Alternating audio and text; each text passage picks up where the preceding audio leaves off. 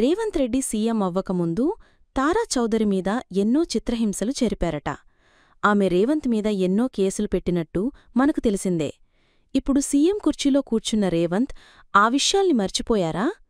ఇది చెప్పింది ఎవరో కాదు, బీఆర్ఎస్ నాయకుడే. గతంలో ఉన్నటువంటి మీ ముఖ్యమంత్రి కాకముందుకు ఈ యావత్ తెలంగాణ ఉమ్మడి ఆంధ్రప్రదేశ్లో ఈ సంఘటన అంతా చూసే ఉంటాం మనం. తారా చౌదరి అనే ఆమె ఏ విధంగా రేవంత్ రెడ్డి గారి మీద కేసు పెట్టిందో, ఏ విధంగా ఆమె జీవితాన్ని ఆగం చేసిందో మనంతా చూసే ఉంటాం.